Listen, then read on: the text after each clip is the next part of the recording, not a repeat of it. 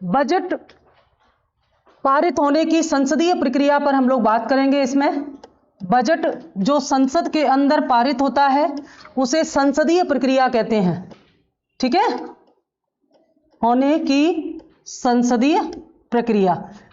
देखिए, अगर हम मोटा मोटा इसमें विभाजन करें तो हम कह सकते हैं कि बजट के दो भाग यहां पर होते हैं। उस बजट तैयार करने से संबंधित जो तमाम गतिविधियां होती हैं उसे हम दो पार्ट में डिवाइड कर सकते हैं।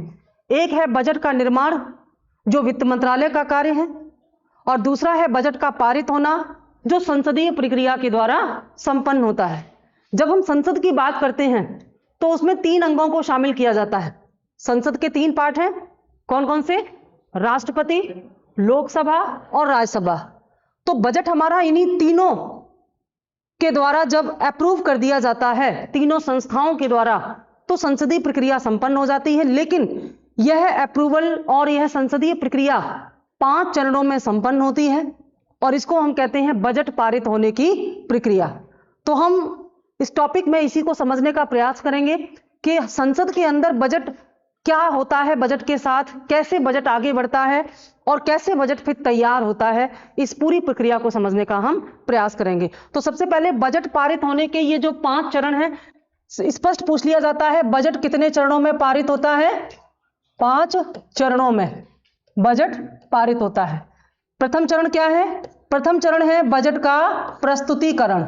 ठीक है, बजट सबसे पहले प्रस्तुत होता है और बजट प्रस्तुतिकरण के संदर्भ में भी कुछ नियम हैं, उनका पालन किया जाता है। आगे हम बात करेंगे कैसे बजट प्रस्तुत किया जाता है।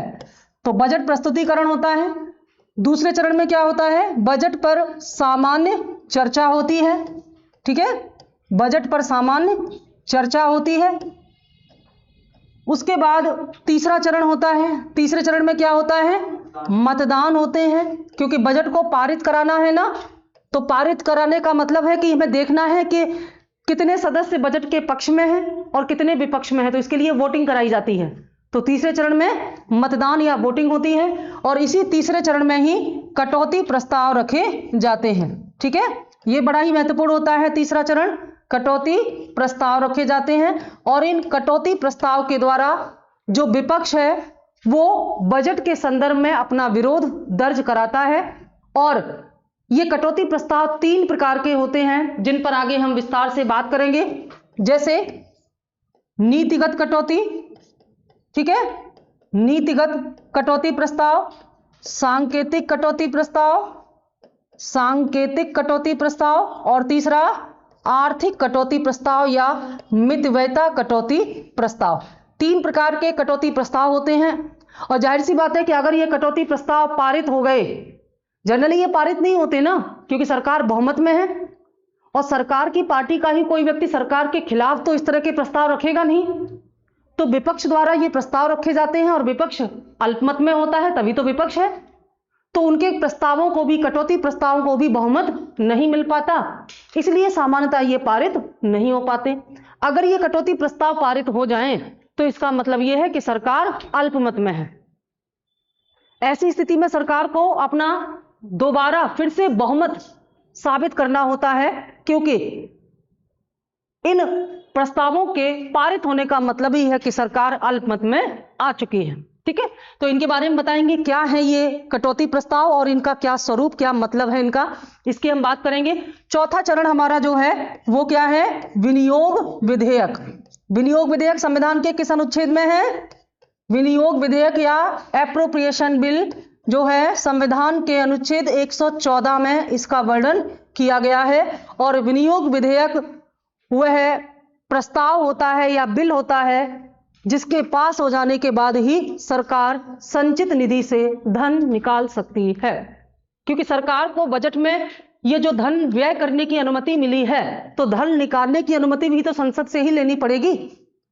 तो उसके लिए एक प्रक्रिया का पालन करना होता है जो बजट के चौथे चरण में आती है, विनियोग विधेयक। और बजट का 5वां और अंतिम चरण जिसे हम क्या बोलते हैं? वित्त विधेयक। ठीक है, वित्त विधेयक में सरकार तमाम टैक्स से संबंधित जो है दस्तावेज रखती है। अपनी आय के स्रोतों के संदर्भ में इसमें प्रस्ताव रखे जाते हैं। सरकार की आय के कौन कौन से स्रोत हैं, उनमें कुछ बदलाव अगर करना है तो उसके संदर्भ में इसमें चर्चा होती है। ठीक है, क्योंकि इन सब में तो सरकार आय की बात करती है ना, कि सरकार को इतना पैसा खर्च करने के लिए चाहिए। सरकार अपने व्यय पर बात करती है कि हमें इतना खर्च करना है, इतना खर्च करना है, इतना पैसा चाहिए। लेकिन इसमें सरकार अपनी आय के बारे में बताती है कि कहां कहां से, किस किस विभाग से कितनी इनकम होनी है, और टैक्स में भी अगर किसी प्रकार का संशोधन या परिवर्तन होना है वो भी 5वें चरण में होता है। एक बात ध्यान रखें कि बजट प्रस्तुत होने के ये 5 चरण हमेशा क्रम से ही होते हैं, इनका क्रम आगे पीछे नहीं हो सकता। ठीक है, और जब ये 5 चरण संपन्न हो जाते हैं तभी बजट पारित माना जाता है। ठीक है, तो एक एक करके इन पर हम बात करेंगे। अभी इसके ठीक बाद हम आपको धन विधेयक और वित्त विधेयक के बारे में बताएंगे। उस समय आप समझेंगे कि ये जो बजट है ये वित्त विधेयक है, ना कि धन विधेयक। समझ गए ना? इसीलिए इसका विवरण अनुच्छेद 112 में किया गया है, जबकि धन विधेयक की चर्चा अनुच्छेद 110 में की गई है। तो धन विधेयक और वित्त विधेयक में कुछ समानताएं हैं, कुछ असमानताएं हैं। जब हम उन पर बात कर लेंगे तो आप समझ जाएंगे कि ये जो बजटीय प्रक्रिया है ये वित्त विधेयक के रूप में संसद में पेश किया जाता है। चाहे धन विधेयक हो या वित्त विधेयक हो, ये राष्ट्रपति की पूर्व अनुमति से लोकसभा में पेश किए जाते हैं। अगर हम देखें तो जनरली विधेयक 2 प्रकार के होते हैं, साधारण विधेयक या लोक वित्त संबंधी विधेयक। साधारण विधेयक वे होते हैं जिनका विषय सामान्य होता है, और लोक वित्त संबंधी विधेयक वे होते हैं जिनका संबंध सार्वजनिक सरकारी धन से होता है। तो लोक वित्त से संबंधित जो विधेयक होते हैं उन्हें 2 भागों में बांटा गया है, एक वित्त विधेयक और दूसरा धन विधेयक। साधारण विधेयक के संदर्भ में प्रावधान क्या है? उन्हें लोकसभा या राज्यसभा किसी में भी प्रस्तुत किया जा सकता है, लेकिन धन विधेयक हो या वित्त विधेयक हो, यानी कि बजट को भी केवल लोकसभा में पेश किया जा सकता है, और इसको प्रस्तुत करने से पहले राष्ट्रपति की अनुमति आवश्यक है, क्योंकि राष्ट्रपति देश का वित्तीय प्रमुख होता है। आर्थिक आपात कौन लागू करता है? राष्ट्रपति ना। ठीक है, तो इस प्रकार से अब देखिए पहला चरण क्या, ये जो भी हो रहा है संसद के अंदर हो रहा है, सब संसद से बाहर की प्रक्रिया समाप्त हो गई। कब? जब वित्त मंत्रालय द्वारा बजट को अंतिम रूप दे दिया गया। और पिछले वीडियो मैंने आपको बताया था बजट को अंतिम रूप कैसे दिया जाता है, उसकी क्या क्या प्रक्रिया है। तो जब वित्त मंत्री ने बजट को अंतिम रूप दे दिया, काट छांट करके बिल्कुल फाइनल टच दे दिया, तो वित्त मंत्री एक निर्धारित समय पर बजट को संसद में पेश करते हैं। उसकी जो डेट है वो अभी परिवर्तित की गई 2017-18 से। कब पेश होता है बजट वर्तमान में? 1 फरवरी को। प्रत्येक वर्ष की 1 फरवरी को लोकसभा में पेश होता है। तो प्रथम चरण इसी के साथ आरंभ हो जाता है।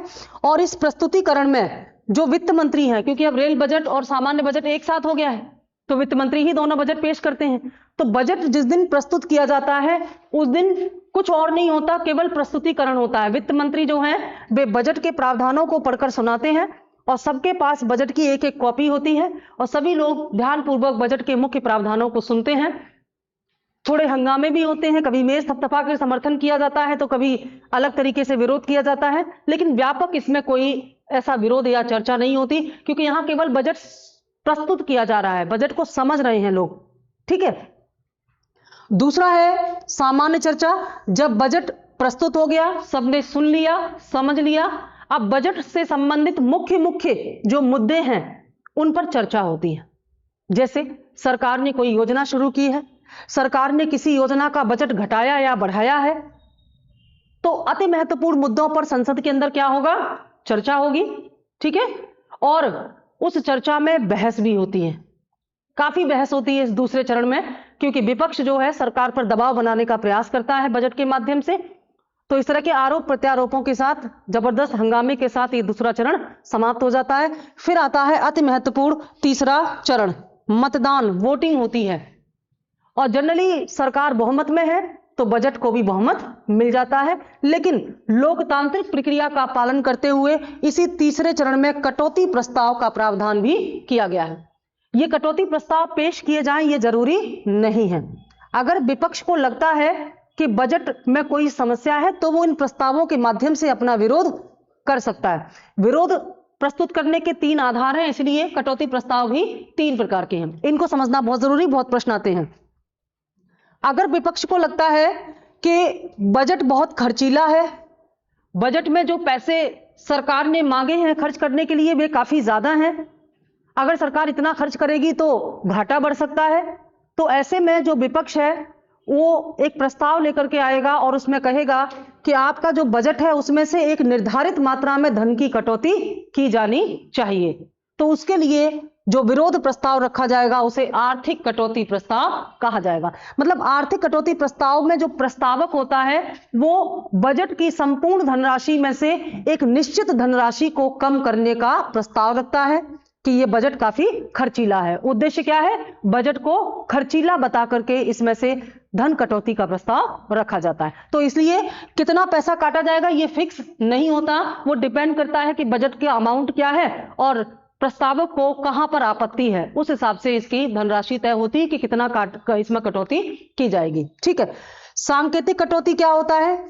सांकेतिक कटौती में जो विपक्ष होता है वास्तव में उसके पास विरोध करने का कोई आधार, कोई तर्क नहीं है। बजट ठीक बना है, बजट सही बना है, लेकिन फिर भी उसको चिढ़ मची है कि नहीं हम तो विरोध करेंगे, तो केवल नाम मात्र का विरोध दर्ज कराने के लिए संपूर्ण बजट की धनराशि में से केवल 100 रुपए कम करने का प्रस्ताव रखता है। अब 100 रुपए कम करने से बजट पर तो कोई असर पड़ेगा नहीं, लेकिन अगर यह प्रस्ताव पारित हो गया तो सरकार के अस्तित्व पर जरूर असर पड़ेगा, है ना। तो सरकार पर दबाव बनाने के लिए, मान लो विभिन्न दलों ने मिलकर के सरकार बनाई है, तो गठबंधन की सरकारें वैसे भी डर डर के राजनीति करती हैं, तो ऐसे में इन प्रस्तावों के द्वारा विपक्ष सरकार पर दबाव बनाने का प्रयास करती है। तो इसमें आपको समझना यह है कि इसमें एक निश्चित मात्रा में कटौती करने का प्रस्ताव रखा जाता है जिसका आधार होता है बजट को खर्चीला बताना। इसमें संकेत के रूप में मात्र 100 रुपए कटौती करने का प्रस्ताव रखा जाता है, आधार होता है नाम मात्र का विरोध करना। यह बड़ा खतरनाक है। इसमें जो प्रस्तावक है वो कहता है कि यह बजट तो 2 कौड़ी का है, बजट की नीतियों को ही विरोध करता है कि बजट की नीतियां ही खराब है और यह बजट इतना बेकार और घटिया है कि इसे मात्र 1 रुपया दिया जाना चाहिए। जब प्रस्तावक बजट को समस्त धन के स्थान पर केवल 1 रुपए देने का प्रस्ताव रखता है तो ऐसे प्रस्ताव को नीतिगत प्रस्ताव कहते हैं। यहां पर यह कंफ्यूजन अक्सर हो जाता है बच्चों को। इसमें से 100 रुपए कम करने का सुझाव रखा है, लेकिन इसमें केवल 1 रुपया देने का सुझाव रखा है। जैसे सरकार ने 10,000 करोड़ का बजट बनाया है तो प्रस्तावक कहेगा इनको केवल 1 रुपया दिया जाए क्योंकि इनका बजट केवल 1 रुपए के लायक है, ठीक है ना। और इसमें 100 रुपए कम करने का प्रस्ताव, इसमें एक निश्चित मात्रा में। तो इस प्रकार से इन कटौती प्रस्ताव के द्वारा जो विपक्ष है वो अपना विरोध दर्ज कराता है। ये तीसरे चरण में ही, ध्यान देना है, ये तीसरे चरण में ही होता है मतदान के साथ साथ, ठीक है। अब अगर तीसरा चरण संपन्न हो गया, इसके मतलब मतदान हो गया, बजट पारित हो गया, समस्या खत्म। अब क्या करना है? सरकार को पैसा चाहिए। ये तो वही बात हुई ना कि अनुमति मिल गई है। जैसे आपको घर में इस बात पर बड़ी लंबी बहस करनी पड़ी कि आपको कितना पैसा हर महीने चाहिए घर से, तमाम लंबी लंबी सभाएं हुई, महासभाएं हुई, सबका राय मशवरा लिया गया, तब जाकर के आप अपनी ये बात मनवा पाए कि आपको हर महीने इतना पैसा चाहिए। अप्रूवल हो गया। अब आप एटीएम कार्ड मांगोगे, आप ये कहोगे हमारा अकाउंट खुलवाओ। भाई अब अनुमति तो दे दी है मैं खर्च करने की, तो फिर एटीएम देने में कोई समस्या तो होगी नहीं, पैसे निकाल के देने में कोई समस्या, क्योंकि सारी समस्या तो बहस हो गई ना ऊपर। तो ये संचित निधि से पैसे निकालने के लिए चौथा चरण होता है। इसके अंतर्गत सरकार विनियोग विधेयक प्रस्तुत करती है और विनियोग विधेयक बड़ी आसानी से पास हो जाता है क्योंकि बजट पारित हो चुका। तो बजट पारित होते समय जितना धन खर्च करने की अनुमति सरकार को मिली है उतना धन सरकार विनियोग विधेयक के माध्यम से संचित निधि से निकाल सकती है, ठीक है। चौथा चरण है। और पांचवा और अंतिम चरण वित्त विधेयक के रूप में, जिसमें सरकार अपनी संभावित आय के बारे में बात करती है। यहां संभावित व्यय के बारे में बात हो रही थी, यहां संभावित आय के बारे में चर्चा करती है। और इसके बाद फिर यह बजट तैयार हो जाता है, फिर से एक बार राष्ट्रपति के पास जाता है, राष्ट्रपति इस पर फाइनल हस्ताक्षर करते हैं और बजट पारित हो जाता है। अब इतनी लंबी प्रक्रिया, समय लगता है। सबसे ज्यादा समय कहाँ लगता है? चर्चा में लंबी बहस हो जाती है, और ये बहस कभी कभी इतनी ज्यादा हो जाती है कि सत्र को बीच में रोकना पड़ता है ना। तो ऐसे में विलंब हो जाता है। और मान लीजिए कि समय समाप्त होने वाला है, 1 अप्रैल आने ही वाला है, तो नए वित्त वर्ष में तो नए बजट का पैसा खर्च किया जाएगा। तो ऐसे में संविधान में यह व्यवस्था की गई है कि अगर नया वित्त वर्ष शुरू हो जाए और सरकार अपना बजट पारित कराने में 5 चरण अभी पूरे नहीं हुए हैं, तो सरकार क्या कर सकती है? सरकार लेखानुदान के द्वारा अग्रिम धनराशि प्राप्त कर सकती है। लेखानुदान यानी कि वोट ऑन अकाउंट। कल हमने बताया था लेखानुदान और कौन सा? अनुपूरक अनुदान। 2 अनुदानों के बारे में बताया था। तो यहां पर जो लेखानुदान है वो अनुच्छेद 116 में उसका वर्णन किया गया है। अनुच्छेद 116 ये कहते हैं कि अगर बजट पारित होने के चरण लंबे होते जा रहे हैं और नया वित्त वर्ष आरंभ होने वाला है, तो सरकार आरंभिक कुछ महीने के लिए एडवांस निकाल सकती है, और उसके लिए अनुच्छेद 116 के तहत लेखानुदान के माध्यम से सरकार को एडवांस मिल जाता है। तो ये सरकार कहां कर सकती है? ये सरकार कर सकती है जैसे 5वां चरण अगर पूरा नहीं हुआ है तो 4थे चरण के बाद ही सरकार लेखानुदान के माध्यम से एडवांस पैसा निकाल सकती है। ठीक है, अनुच्छेद 116 के तहत ये इन 4थे चरण के बाद ही सरकार एडवांस पैसे निकाल करके 1 अप्रैल से या नए वित्त वर्ष से अपने सारे काम रेगुलर कर सकती है। इसमें खर्च करने में विलंब नहीं होगा। जैसे इस बार चुनावी वित्त वर्ष है, अंतरिम बजट प्रस्तुत किया गया। अंतरिम बजट भी क्या है? एक प्रकार से एडवांस ही तो है ना। लेखानुदान के माध्यम से सरकार ने आरंभ के 4 महीने के लिए, अप्रैल, मई, जून, जुलाई, 4 महीने के लिए एडवांस पैसा प्राप्त कर लिया है। जब चुनाव के बाद सरकार बनेगी पुनः, तो उसके बाद बचे हुए अवधि के लिए नया बजट बनेगा। चुनावी वित्त वर्ष में 2 बार बजट बनता है, अंतरिम बजट और अंतिम बजट। और ये अंतरिम बजट में जो पैसा लिया है सरकार ने, ये शामिल किया जाएगा अंतिम बजट में, तो फाइनल इसको टच दिया जाएगा। इसलिए चुनावी वित्त वर्ष में 2 बार बजट प्रस्तुत किया जाता है। तो आरंभ के जो 4 महीने का बजट होता है, इसे हम लेखानुदान भी कहते हैं, क्योंकि लेखानुदान के द्वारा इसमें एडवांस धन सरकार ने प्राप्त कर लिया है। ठीक है, इस प्रकार से। और मान लीजिए कि इस बजट के माध्यम से सरकार को जितना पैसा खर्च करने की अनुमति मिली है, अगर वित्त वर्ष समाप्त नहीं हुआ और पैसे खर्च हो गए, मान लीजिए अभी जनवरी चल रही है, तो नया पैसा तो मिलेगा अप्रैल से, लेकिन जिन योजनाओं के लिए जो पैसा दिया गया था वो कम पड़ गया, तो वो योजनाओं तो आगे कंटिन्यू रखनी है ना। तो उसके लिए सरकार क्या करेगी? एक्स्ट्रा धन का बंदोबस्त करेगी, अतिरिक्त। और उसके लिए अनुपूरक अनुदान, संविधान के अनुच्छेद 115 में अनुपूरक अनुदान की व्यवस्था की गई है। सप्लीमेंट्री ग्रांट के द्वारा सरकार बची हुई अवधि के लिए अतिरिक्त धन प्राप्त करके अपना खर्च या व्यय निकालती है, और ये बजट में ही बाद में शामिल कर लिया जाता है। तो निश्चित तौर पर इससे बजट और लार्ज हो जाता है, बढ़ जाता है। ठीक है, तो अनुपूरक अनुदान और लेखानुदान समझ में आ गए सबको? बजट के 5 चरण समझ में आ गए सबको? ठीक है, अब एक बात और समझा दें, उसके बाद फिर हम सब नोट करा देंगे। ठीक है, 2 महत्वपूर्ण बातें हमारी रह गई हैं। एक है अनुच्छेद 112 वित्त विधेयक के संदर्भ में, वित्त विधेयक के संदर्भ में, और दूसरा है अनुच्छेद 110 धन विधेयक के संदर्भ में। ठीक है,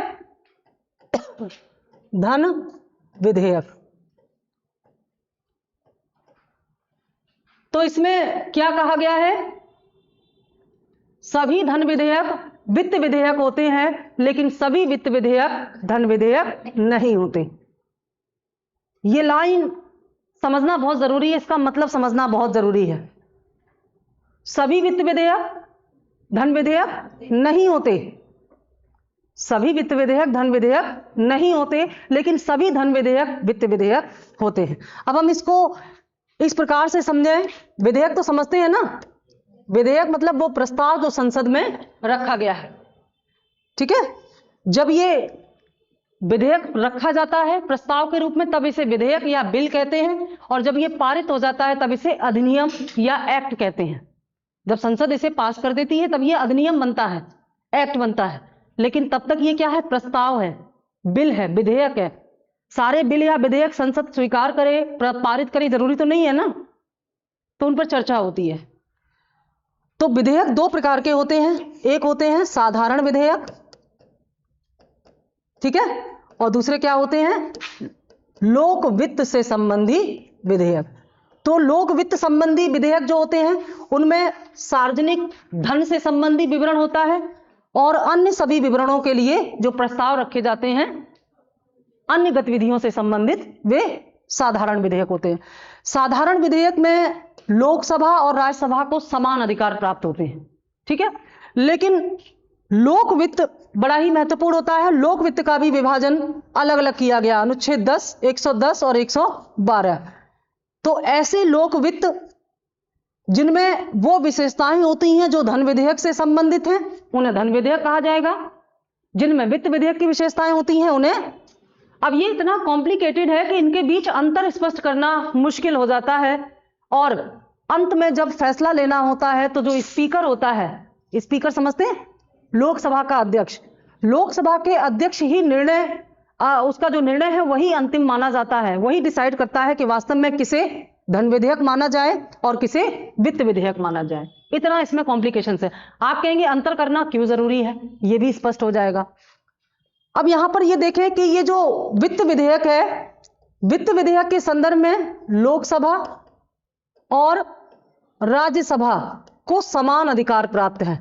राज्यसभा और लोकसभा को समान अधिकार यहां पर प्राप्त है। समान अधिकार का मतलब क्या है?